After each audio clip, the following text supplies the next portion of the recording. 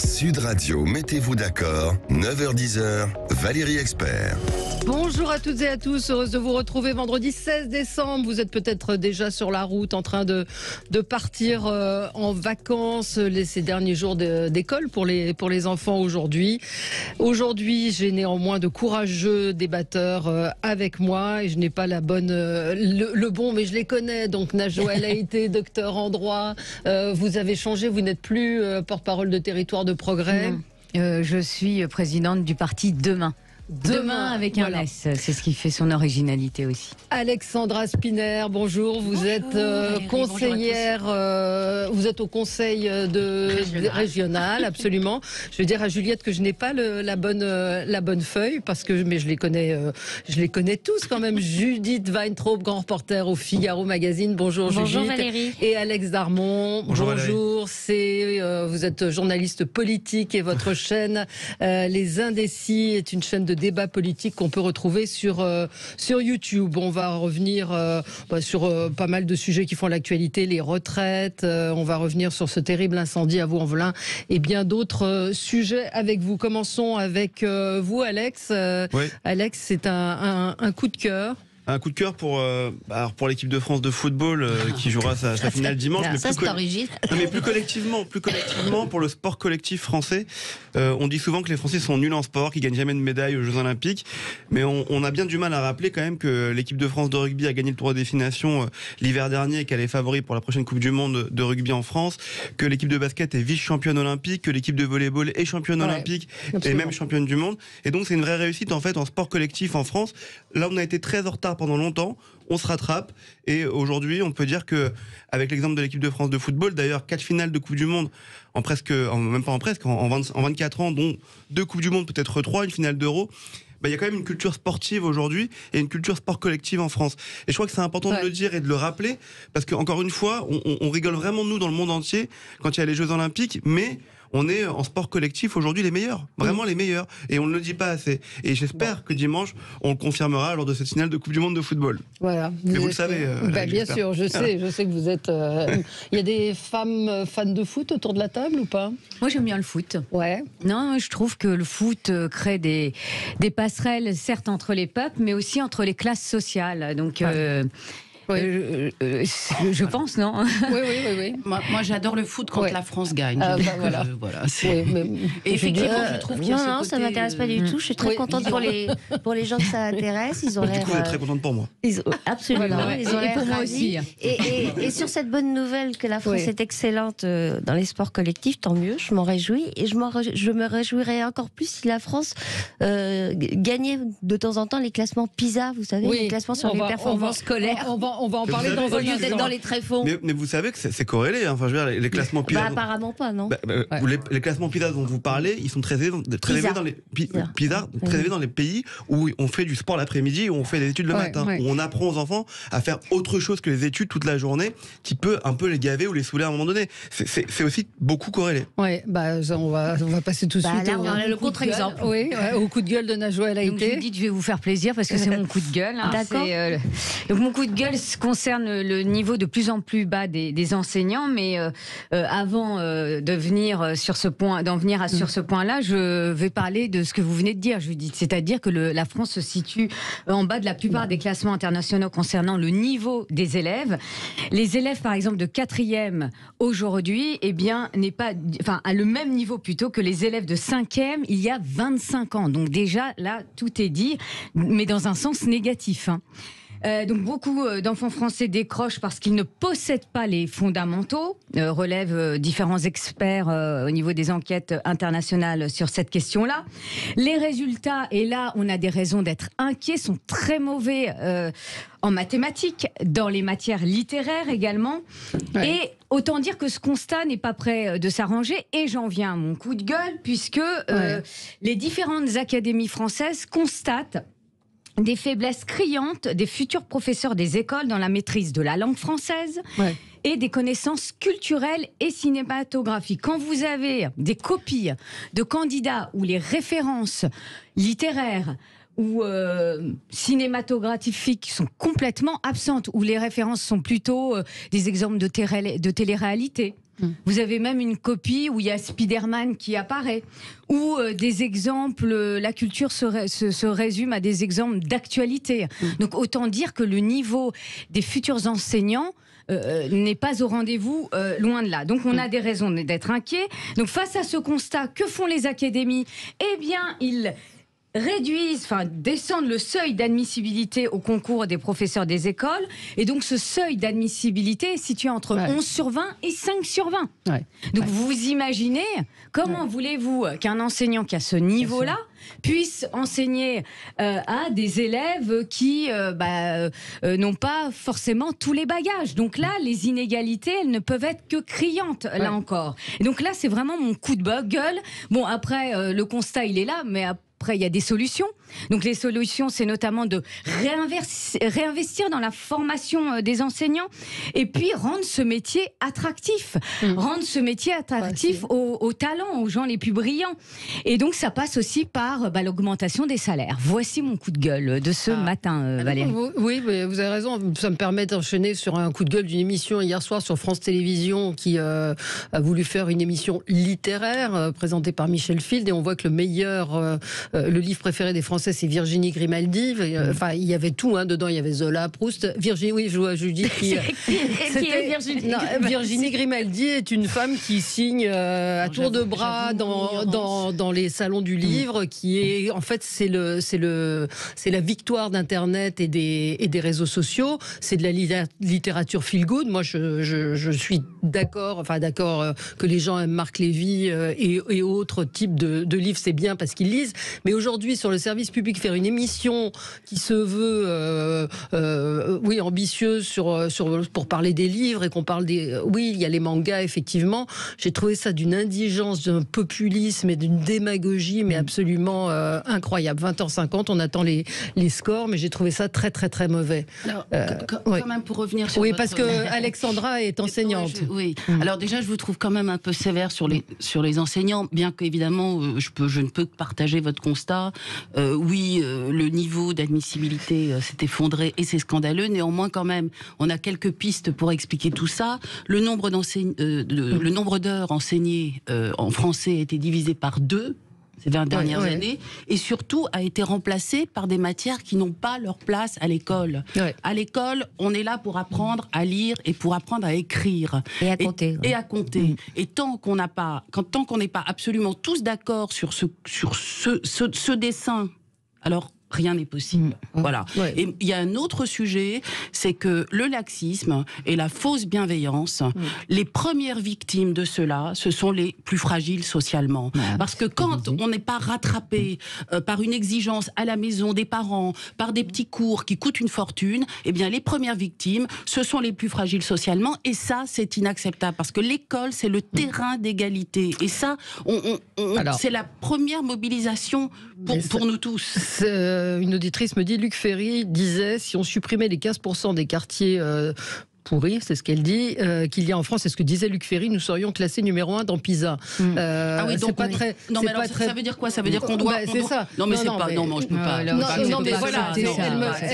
Je vous cite ce qu'elle me dit. Non, mais pour rebondir rapidement sur ce que vient de dire Alexandra, oui, le constat il est sévère, mais j'aimerais ajouter que oui, il y a une responsabilité de nos hommes politiques et femmes politiques depuis plus de 20 ans. La réalité, c'est ça. Mais le constat, il est également là, puisque c'est pas moi qui le constate, c'est les différentes académies.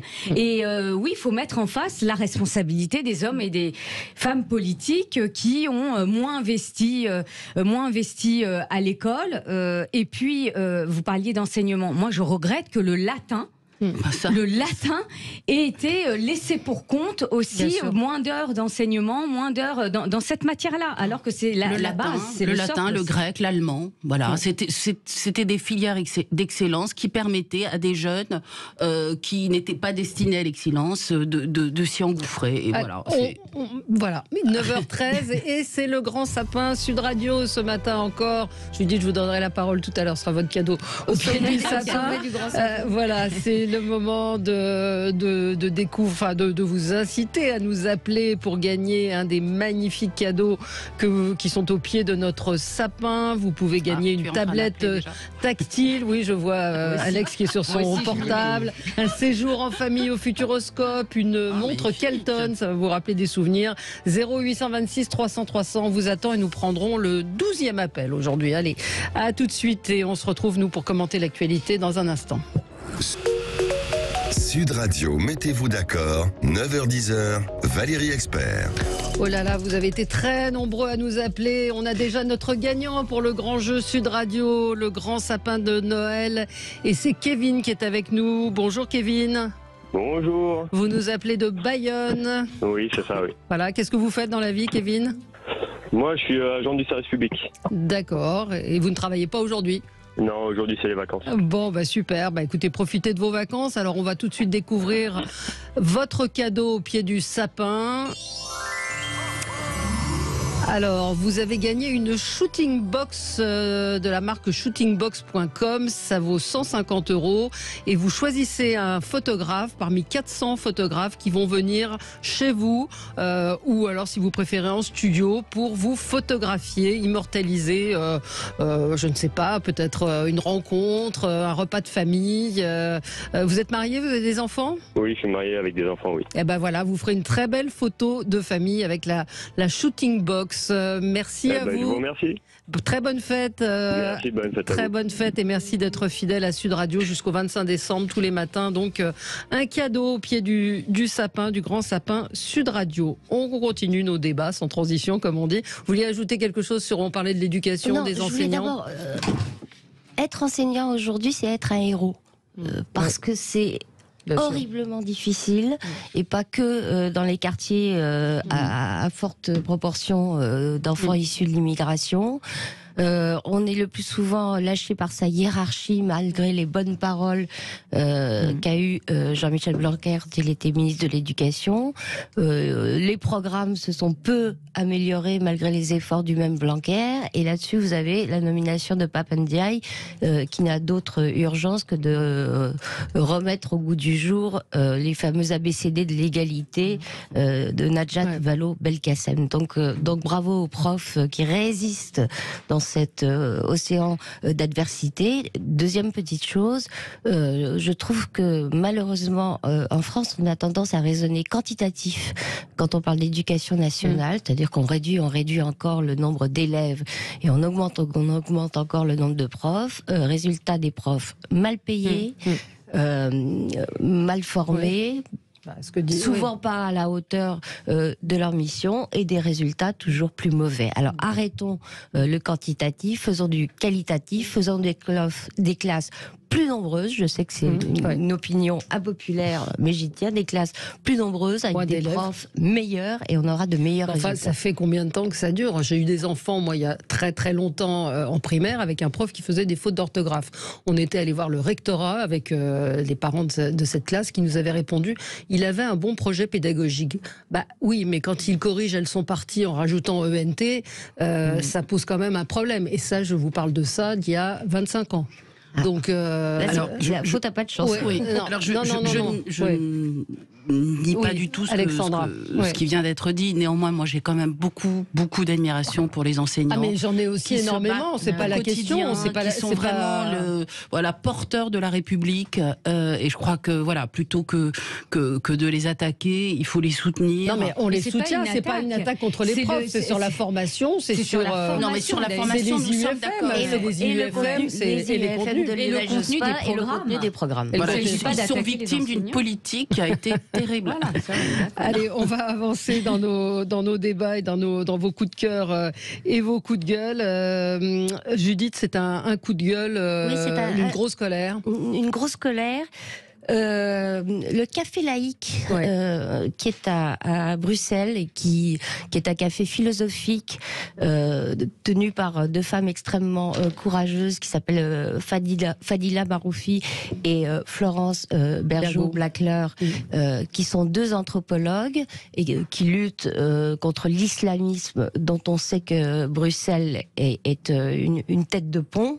Il suffit de lire tous les bouquins d'enquête. Je pense notamment à celui celui de Frédéric Ploquin, sur ce qui se passe en Belgique, qui est spécifiquement à Bruxelles, viennent d'être l'objet d'un vandalisme, cette fois-ci transgenre, puisqu'elles ont invité, c'est un café philosophique qui invite des conférenciers, elles ont invité une pédopsychiatre et une prof, Caroline Eliatchev, qui est la fille de Françoise Giroud, et Céline Masson. Elles ont écrit La fabrique de l'enfant transgenre pour s'alarmer de la contagion sociale de ce qu'on appelle la dysphorie de genre, c'est-à-dire le fait de souffrir d'être né dans un corps qui ne correspond pas au genre qu'on pense avoir. Et elles disent que à cause notamment des militants transgenres, il y a un phénomène de mode qui a des effets absolument délétères sur les enfants. Tous les chiffres le disent. La Suède, qui a été un pays phare en matière de transition de genre, a vu depuis 10 ans ces demandes de changement de genre, et c'est de plus en plus des filles qui demandent à devenir des garçons, exploser, excusez du peu, de 2000% en 10 ans. En France, les consultations spécialisées explosent elles aussi. C'est vraiment un phénomène gravissime. Et elles venaient parler de ça dans le cadre d'un débat. Eh bien, il y a un groupe de militants LGBT, etc., qui ont saccagé le truc et intimidé le public. Elles ont voulu faire pareil en France. À Paris, la mairie de Paris-Centre a annulé leur venue sans donner d'explication. Elles ont réussi à faire ça à Lille. Les écolos élus de la mairie de Lille ont demandé à Martine Aubry d'annuler leur venue. C'était dans le cadre d'un festival de philosophie. Martine Aubry a résisté, bravo à elle. Mais les élus verts ont protesté. Et pareil, il y a eu des militants moins violents, mais des militants aussi transphobes. Voilà, on va parler de violence tout à l'heure, d'extrême droite. Voilà un exemple de violence d'extrême gauche. L'exemple de la Suède est très intéressant, parce qu'en plus vous avez beaucoup de personnes qui ont demandé cette transition, qui veulent revenir à leur état, entre guillemets, à leur état initial. Et je pense que c'est un sujet qui va monter, qui monte d'ailleurs. On en lit beaucoup. Quand vous lisez la presse tous les matins, vous lisez beaucoup d'enquêtes, beaucoup d'histoires autour de ce sujet-là. Et à mon avis, c'est vraiment le sujet des prochaines années. Et le pouvoir politique ne s'en saisit pas, ou fait semblant de ne pas entendre, mais ça détruit des familles. Ça détruit des familles. Complètement. Alors il y a une réalité, il y a une réalité, ça existe. Les gens qui sont maintenant, c'est cette manière d'en parler, d'en faire la promotion, et j'emploie le mot de promotion à dessein, peut effectivement devenir extrêmement dangereux. Je sais pas si. Pourquoi aussi approchez-vous du micro. Les femmes et les hommes politiques étaient frileux pour aborder ce sujet, c'est que on vit toujours sous la menace d'être taxé de transphobie, donc c'est très compliqué, mais évidemment qu'il va falloir s'en emparer, parce que c'est catastrophique. J'ai vu des études sur la Suède, c'est effrayant. 2000% en 10 ans. Des familles qui se retrouvent dans des situations épouvantables, avec des enfants qui veulent revenir alors je ne sais pas comment le dire, mais leur sexe d'origine. Et mais vous avez raison, parce que quand on entend café laïque, on peut imaginer que ce sont des violences religieuses. En fait, alors elles ont tout le temps des menaces religieuses, mais ça fait partie. En fait, ça fait partie de ce vaste ensemble de déconstruction de ce qui fonde nos manières de fonctionner, nos principes et notre vivre ensemble. Voilà, mais ce sont des combats qu'il faut absolument mener. Je trouve que ces deux femmes sont très admirables, très courageuses. Elles mènent toujours des combats très justes. Si vous passez par Bruxelles, allez voir le café laïque. Allez, petite pause, 9h26 sur Sud Radio. On se retrouve dans un instant. On va parler des violences conjugales qui explosent. On va parler du boycott qui a fait long feu. Et puis de la réforme des retraites. Beaucoup de sujets encore. À tout de suite. Sud Radio, mettez-vous d'accord, 9h-10h, Valérie Expert. Avec vous sur Sud Radio jusqu'à 10h. Avant de vous donner la parole, Alexandra Spinner, je voulais juste signaler un fait toujours sur le fonctionnement de la mairie de Paris qui est pour le moins assez étrange. L'adjoint David Béliard a fait voter une subvention à une maison d'édition en grande difficulté. Le problème, c'est que cette maison d'édition est sa maison d'édition, c'est-à-dire celle qui a publié son propre livre. C'est une subvention de 50 000 €, ce n'est pas nul. Le PNF s'en est inquiété. Donc il y a eu une enquête et David Béliard, croyez-le ou non, demande à ce que soit voté au Conseil de Paris une aide pour payer les avocats. Donc il y a quand même là aussi une indécence qui paraît absolument faramineuse, quoi. Donc voilà, c'est La réaction du président de séance aussi est assez folle de M. Bloch, qui dit qu'il voit pas le problème en séance. Hein. Il dit qu'il voit pas le problème et qu'il s'en remet à la commission de déontologie de la mairie de Paris en disant que finalement c'est juste une relation entre une mairie, un hôtel de ville et une maison d'édition qui a publié un ouvrage parmi une centaine mais ça d'autres. concerne un premier adjoint. C'est pas un ouvrage sur la ville de Paris. Là, en l'espèce, il n'y aurait pas de. Voilà, donc c'est. Vous dites quoi que c'est il y a un vrai conflit d'intérêts et en plus non mais qui demande à ce qu'on fasse payer au contribuable. C'est ce que j'allais dire, qu'on fasse payer les frais d'avocat par la municipalité, en soi c'est scandaleux.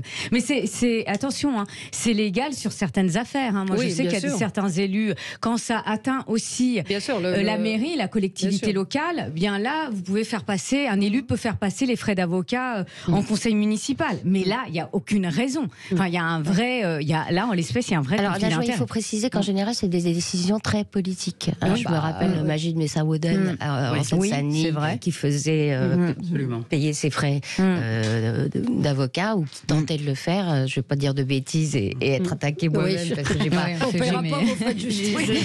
Je n'ai plus le dossier. Je suis avocate, je pourrais pas. Je n'ai plus le dossier en tête, mais c'est les décisions de défendre, de financer ou pas la défense d'un élu mis en cause sont extrêmement politiques, plus que juridiques.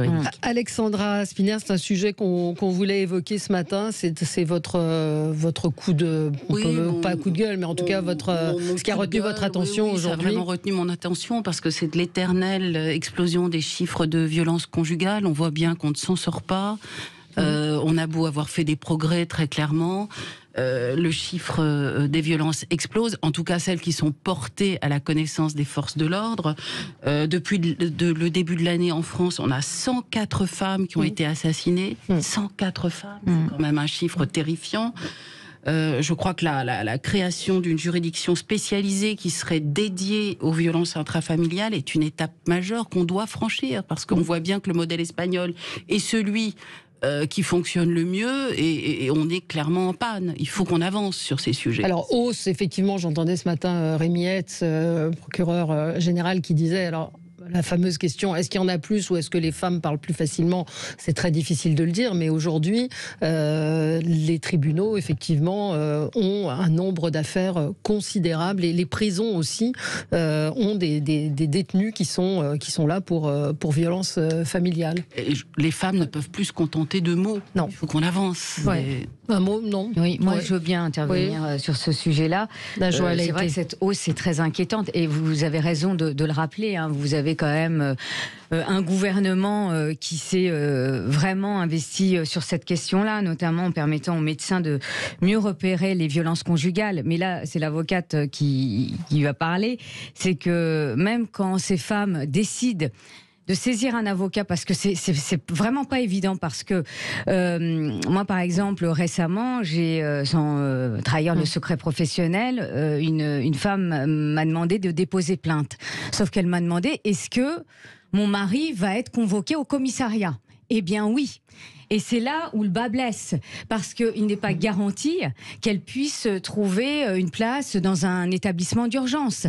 Et là, il y a une véritable difficulté. Et quand ces femmes, quand la procédure est enclenchée, elles décident d'aller jusqu'au bout de leur démarche judiciaire, par manque de preuves, eh bien, le mari violent ou le conjoint violent n'est pas condamné. Est-ce qu'on ne peut pas prendre comme mesure conservatoire l'éloignement, non pas de la femme, mais de l'homme présumé violent du domicile, comme mesure conservatoire, en attendant que l'enquête soit menée? Eh ben, c'est très juste. Il existe des ordonnances de protection. Ça a été, donc en une semaine, le conjoint violent quitte le domicile, mais il n'en demeure pas moins qu'il est mis au courant. Et donc c'est toujours ça qui fait craindre à l'épouse ou à la conjointe qui subit ces violences conjugales.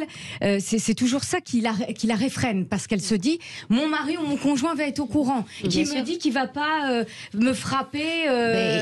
Et malheureusement l'actualité leur donne raison, puisque combien de femmes qui avaient signalé des conjoints violents ont fini par mourir sous les coups de ce même conjoint.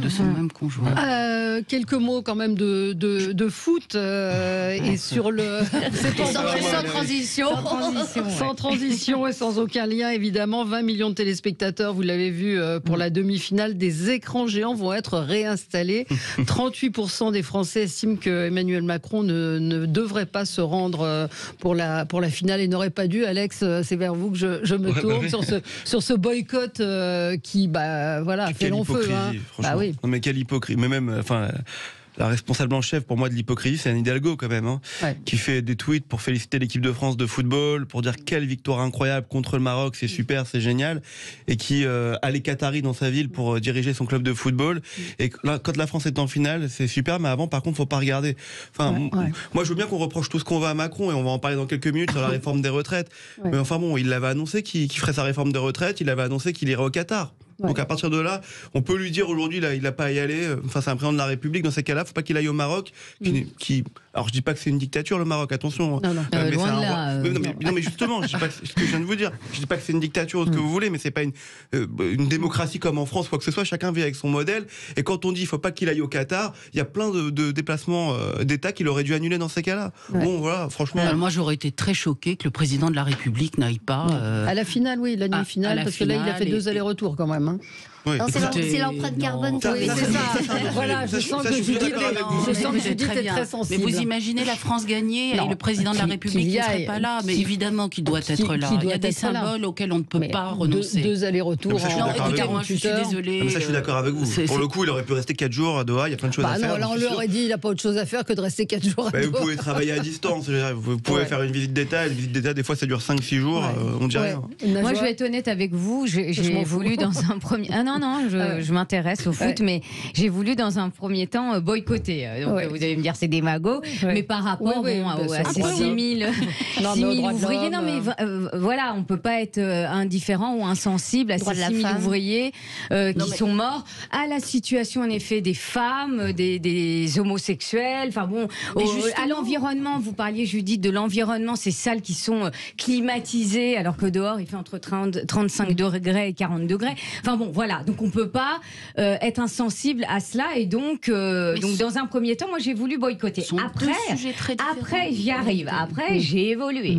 J'ai évolué parce que la passion du foot et l'intérêt pour le jeu dans cette période où, il faut le dire, très anxiogène, puis voir aussi l'équipe de France arriver en finale, bien sûr que le boycott, je l'ai un peu oublié, mais il n'en demeure pas moins qu'on peut être que sensible à ces sujets-là. Oui, je suis fière que l'équipe de France soit en finale contre l'Argentine dimanche. Je suis fière également que le Maroc ait été en demi-finale et puis joué contre la Croatie samedi. Mais voilà, les sujets restent. Mais quand vous parlez de démagogie, moi je suis entièrement d'accord, et d'hypocrisie par rapport à certains hommes politiques. On sait très bien que le Qatar est le 2e investisseur en France, qu'il a investi dans 42 entreprises, que d'une certaine manière, le président de la République, au-delà de la Coupe du Monde, ne pouvait pas ne pas se rendre aussi au Qatar. Enfin, quelle preuve, ce serait démago au possible. Est-ce qu'on ne peut pas aussi imaginer que cette Coupe du Monde puisse justement mettre la lumière sur des vrais sujets, comme le droit des femmes, comme le droit des homosexuels, et que ça puisse aussi faire bouger les choses. Mais regardez la ministre des Sports. Je veux dire, après, on est dans le symbole, mais le fait qu'elle ait mis son... Mais c'est vrai, après c'est symbolique. Oui, mais le message est passé quand quand même. Tout est dans le symbole. Eh ben, oui, tout la est dans le symbole. La phrase de Jordan Bardella qui m'a fait rire, il a dit c'est quand même pas Jean Moulin de mettre un pull avec des. Oui, tout est dans le symbole. Mais bon, donc on voit que le boycott a fait long feu. Parlons de cette réforme des retraites très très politique pour le coup, parce que c'est vrai que ça va être assez compliqué. LR va organiser une réunion lundi prochain. Bon courage à eux. Bon courage à eux. Et puis hier dans le Figaro, une enquête via Voice. Non, c'était pas dans le Figaro d'ailleurs, c'est dans Libération. J'ai confondu les deux. Je ne comprends pas cette confusion. Que c'est un projet de réforme qui peine à convaincre la majorité des Français se disent défavorables au report de l'âge à la retraite. Judith Weintraub, oui, bon courage. Oui, non, je disais spécialement bon courage à la droite parce qu'elle fait preuve sur ce sujet d'une incohérence rare. Un pas en avant, un pas en arrière. Des années qu'au Sénat, un texte visant à repousser l'âge de la retraite à 64 ans est adopté par une majorité de droite. Et là, brutalement, vous avez Olivier Marleix, président du groupe Les Républicains à l'Assemblée nationale, qui a enfourché son cheval de guerre. 63 ans. Voilà, et qui dit que le projet est absolument scandaleux. Vous avez Aurélien Pradier, son concurrent malheureux, qui en rajoute en disant jamais cette réforme. Et d'ailleurs, il faudrait penser à la semaine de 4 jours de travail, qui est une proposition, par exemple, de Sandrine Rousseau. Donc vraiment... Dans ce spectacle globalement lamentable, la droite abaisse encore le niveau. Ils sont à côté de leur pompe, complètement. Là. Ils ne savent pas où ils habitent. Complètement. Heureusement. Alors, attendons déjà lundi. Hommage à Ciotti, qui donc vient d'être élu, qui lui ne dit pas qu'il va combattre la réforme des retraites. Alors, Alexandre Retailleau également. Enfin, oui, c'est vrai. Voilà, écoutez, moi, je pense que cette réforme des retraites, à titre personnel, elle va plutôt dans le bon sens. Nous, à droite, on incarne quand même ceux qui ont le mieux combattu pour le droit des retraites. Donc je ne vois pas pourquoi... Oui, mais il y a une confusion. Il y a une confusion, mais est-ce qu'on a la copie, déjà? Premièrement, vous savez, on parle là, mais est-ce que l'un d'entre nous ici, et tous ceux qui ont participé à ce sondage, ont la copie du gouvernement? Ils ne veulent pas qu'on retarde, qu'on recule l'âge de la retraite. Donc, quel que soit le texte, ça veut dire pour les gens qui sont concernés qu'ils partiront plus tard. Donc, c'est le point qui achoppe. Est-ce qu'on peut vraiment renoncer à cela? Non, mais c'est très politique. Oui, c'est très politique aussi. Bon, déjà, le président de la République, à 2 reprises, il a avancé cette réforme de retraite, je vous rappelle, dans 2 programmes, c'est-à-dire son programme présidentiel en 2017 et en 2022. Donc, ceux qui s'étonnent d'une réforme des retraites dans le cadre de cette présidence, c'est qu'ils ont mal lu le programme. D'une part. Ensuite, moi, j'entends autour de moi, oui, mais le système des retraites est excédentaire. Donc, pourquoi allons-nous réformer ? Sauf qu'il est excédentaire aujourd'hui, mais à partir de 2022, il va renouer avec les déficits. C'est quand même ça. 10 ans, oui, pour plus de 10 ans. Ouais. C'est très juste, Judith. Donc, pour plus de 10 ans. Donc, cette réalité-là, elle est bien présente. Donc, oui, il faut réformer les retraites. C'est indispensable. Mais comme vous dites, là, aujourd'hui, on ne sait pas trop ce qu'il y a. Donc, espérons...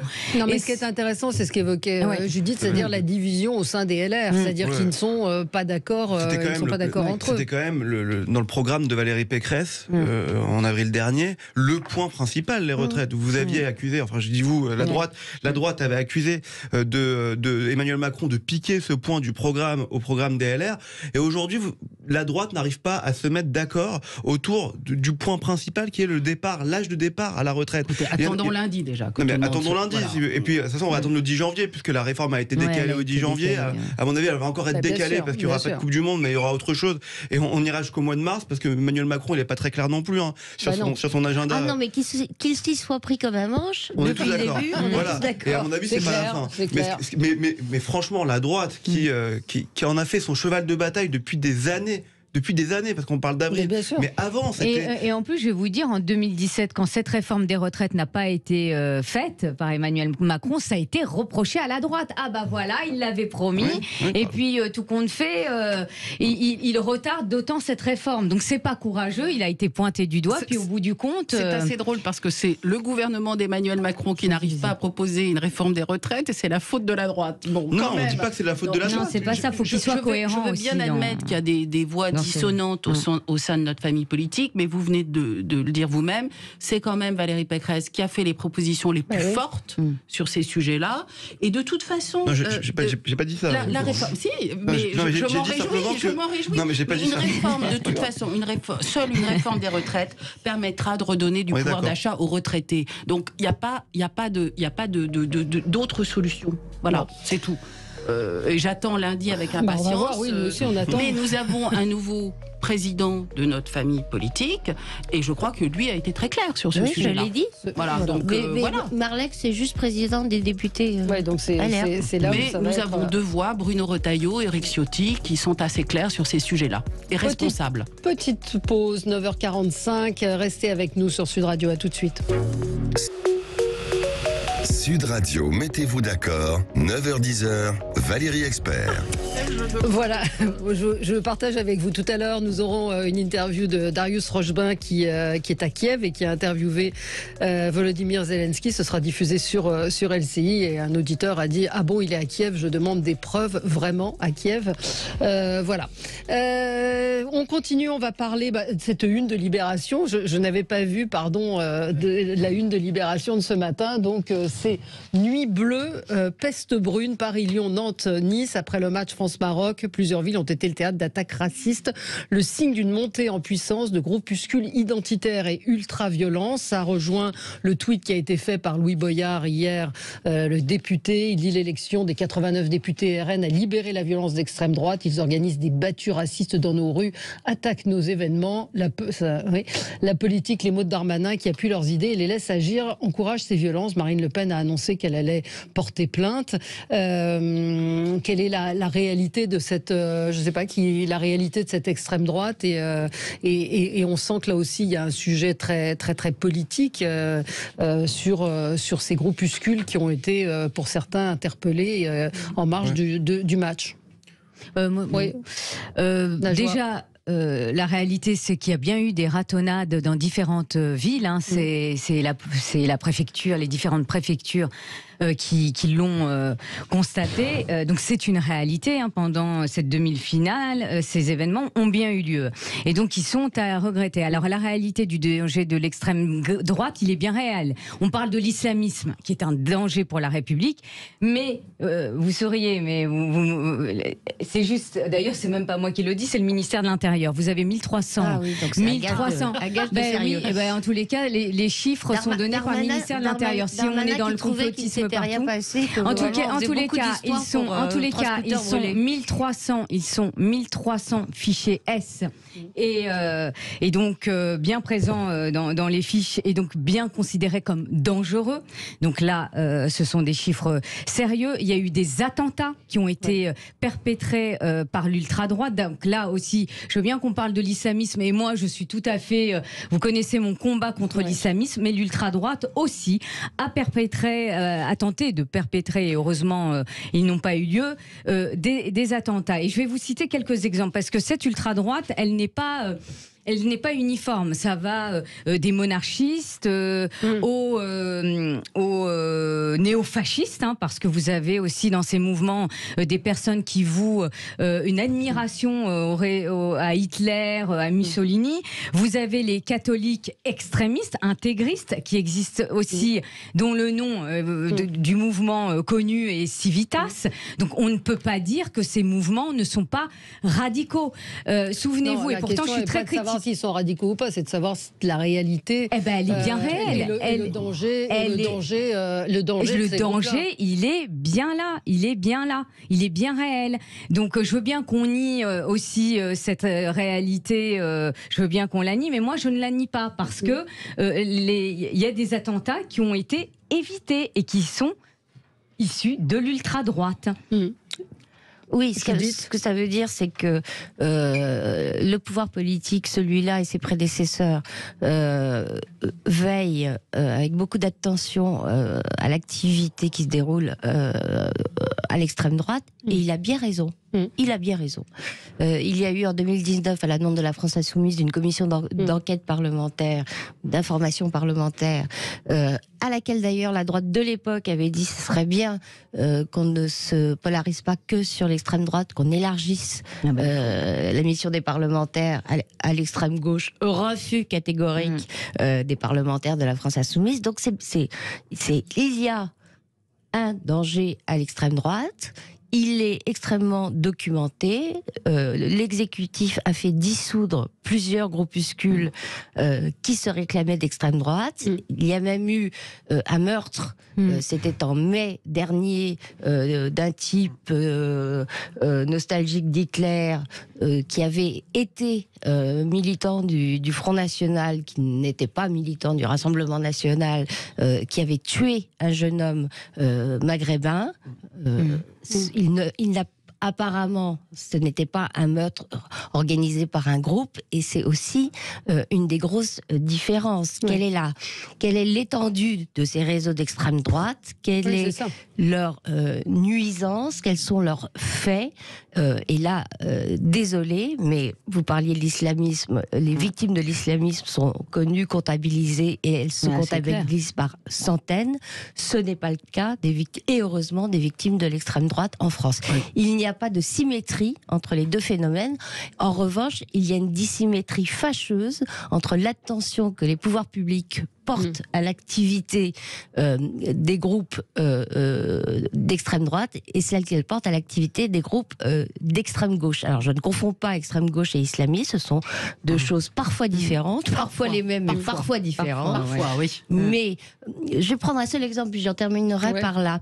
Le Conseil d'État lui-même a annulé une des rares dissolutions qui avait été tentée par le ministre de l'Intérieur contre un groupuscule d'extrême gauche qui s'appelle la GAL. La GAL sévit à Lyon, relaie des appels à manifester, se réjouit des violences perpétrées contre les policiers. Il y a même un membre qui a pu être apparenté à ce groupuscule qui a été arrêté en possession de couteaux et d'armes diverses et variées, visiblement avec un projet d'en découdre avec l'extrême droite. Eh bien, le Conseil d'État a jugé que le ministre de l'Intérieur avait eu tort de dissoudre la GAL, et que c'est pas parce qu'on se réjouissait des violences contre les flics qu'on pouvait être considéré comme responsable des violences perpétrées. Alex, Armand? Non, j'entends tout ce qui est dit. Moi, ce que je regrette simplement, c'est qu'avant le match, ce que je regrettais avant ce matin, c'est qu'avant le match, on entendait beaucoup parler